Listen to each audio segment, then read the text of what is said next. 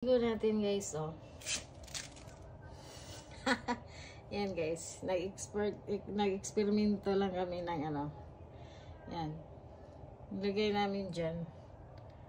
Yan, namunga na siya. Yan guys, oh. Pit bottle lang to siya ng yan, mineral water. Yan ang ginawa namin kung maganda ba siya. O nga, parang maganda talaga pala. Yan, marami akong pet bottle. Yan ang gagawin nyo guys. Try na lang. Ilagay ko lang sa dingding, oh. Dito. Dito. Diyan. Ichigo ko. Yan ang ichigo ko guys. Maglagay lang kayo. Try lang guys ito. Nilagay ko. Kunuha ko na lang yung ano niya. Takip. Yan. May ichigo na tayo. May ma-harvest na si baby namin. May mga maliit pa siya.